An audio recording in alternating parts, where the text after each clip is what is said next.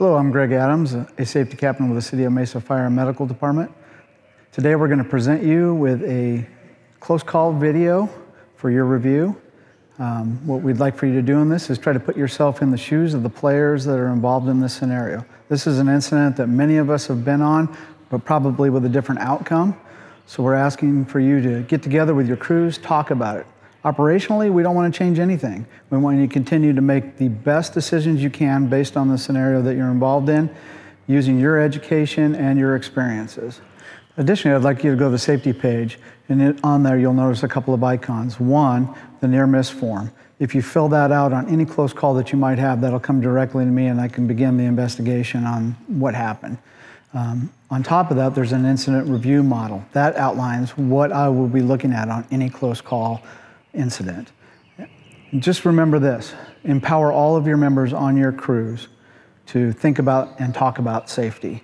It's an issue that we all need to address and be able to address. Did you 217? Yeah, 217. The house flag was the wrong house. It's the next door neighbor's house. Alarm copies. Do you have an updated address? 9642. Alarm copies 9642. Thank you. 217 back. What was the address that was flagged? Initially, it was 9636. Copy. We are code 4. We do not need PD, but the homeowner pulled a gun on us. On this day, the dispatcher received a call from an 80-year-old female who was having a medical problem. The dispatcher asked for her address, and she was not able to provide us an address. She had no idea where she lived. Fire medical, what's the address of your emergency? I have pain in my stomach. I need your address, please. I don't know what it's on Jacobs Road. So the dispatcher used the 911 phone system to help them determine an address and entered a call. They then documented on the case that the caller was not able to confirm the address and that they had used this technology to help them determine the address. Reports on CAD said it was for a lady who had abdominal pain. She's had it for a couple weeks and she can't find her nurse. So we're en route. I see where the flag dropped. Next door is a care facility, a residential care facility that we go to all the time. It's a frequent flyer, but the flag was at the house next door. So as we get there, we pull up, I double check the address, we're in front of the house. We get off like we do every day, every call. Walked up to the door, knocked, no answer, ring the doorbell, no answer. So at that point, Ben, our rookie, he continued to knock, and I walked around to the back. As I walk back, I come to the backyard, and it was a fairly nice backyard. There was fake grass, so that kind of reaffirmed that this possibly was a residential care facility that maybe had a nice backyard for the residents to relax in.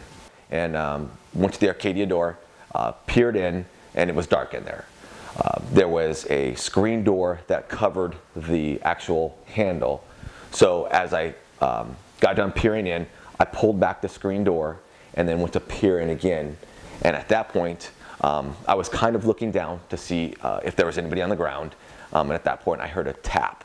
And then I focused and I could see feet. And I kind of followed the feet up, and it was a 20-ish, 25-year-old male, and he had a gun against the glass. And I kind of focused on the black and then the metal barrel on my face, and he had it right between my eyes. So at that point, I stepped back, I held my hands in the air, I had my radio in my hand, and I yelled, "Mesa Fire, put the gun down." And he reaffirmed his stance. So I took another couple steps back and I yelled, "Mesa Fire," louder, with more enthusiasm, "Mesa Fire, put the gun down. Do you have an elderly lady in the house that needs help?" And he said no. And then I took a couple more steps back and said, "Is this a residential care facility?" He said, "No, that's next door." Was still the gun up. So at that point, I stepped back and kind of hurriedly went around to the front. So when in the truck, one of the comments said, "The cell phone pinged here." And so that made me feel pretty confident that the cell phone pinged from that house. So at that point, I called alarm and asked them to reconfirm. They reconfirmed and basically said, "Hey, that's not the right house. It's the house next door. I just had a gun pulled on me at that house." changed the address, and then I raised Battalion 3, or Battalion 2, and gave them the notification while my crew went in and attended to the patient. It wasn't until I went to the front of the house and kind of made the notifications that it was the realization that that was a gun, and he had the right to take that shot, in my mind. I was breaking in. From here on out, if we cannot make access or they're not answering the door right away, I'm calling PD, and then we'll formulate a plan from there and evaluate if it's worth making further entry or taking the risk to go in the backyard. But at that point, PD will be involved with my crew. The dispatchers have a lot of technology to help them to determine the address if a caller is unable to verify one. They have the Viper map, which will display a PIN that the cell phone provider gives them. They also have a PIN provided by a technology called Rapid SOS, which is similar to what Uber uses to determine a caller's location. They also have their CAD map and their own experiences. In this case, the caller didn't know their address and they were calling from a cell phone. This is a somewhat unusual incident as far as people not knowing their address. What we're going to do in the future is we're going to use the 100 block to help enter the call. And that way, the call is going to hit in the street and it'll prompt a conversation between the captain and their tactical dispatcher as to what address they should be going to.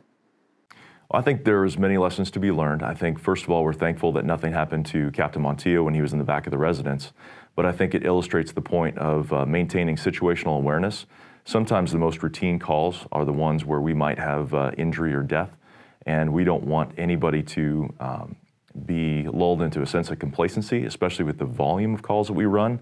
A lot of these calls are going to seem very routine, but somebody on the crew, the captain, and really everybody on the crew needs to maintain their vigilance in situational awareness. Go into a private residence anytime you're operating on private property, especially in the state of Arizona where there's a high rate of people having guns or something in their house or on their person. Anytime we're going to make entry into the backyard of a residence, into the interior of a residence where we're not being escorted by somebody, and even once inside the residence escorted by somebody, everybody on the call needs to maintain a heightened sense of awareness because you're working around things, around people, and you start to become focused on that situation.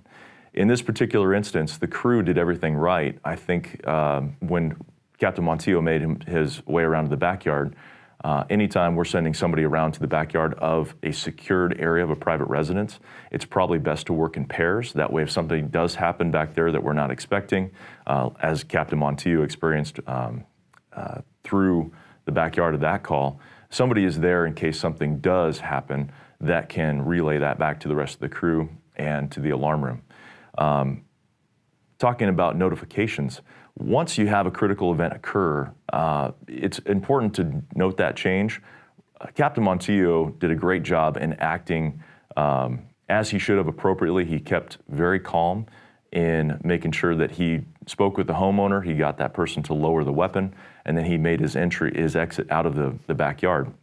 I think what should have followed that immediately is a notification to alarm that something significant did occur in the moment, talking to the alarm room to notify Mesa PD, and talking to the alarm room to notify the battalion chief so we can respond and capture that in the moment.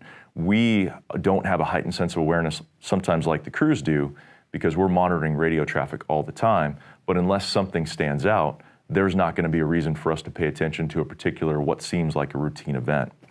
I think from the legal perspective, it's important to remember, going back to making entry on a private property, that under Chapter 4 and Title 13 of ARS, homeowners certainly do have the right to protect themselves and defend themselves, especially when in their residence.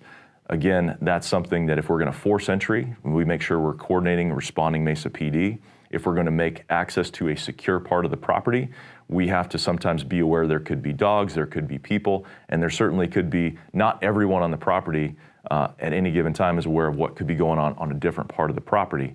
So it's important that, like I said, work in pairs, make notifications, understand the legalities, and we are just fortunate in this situation that with everybody doing everything to what they were trained to do, we had a close call and not something more serious.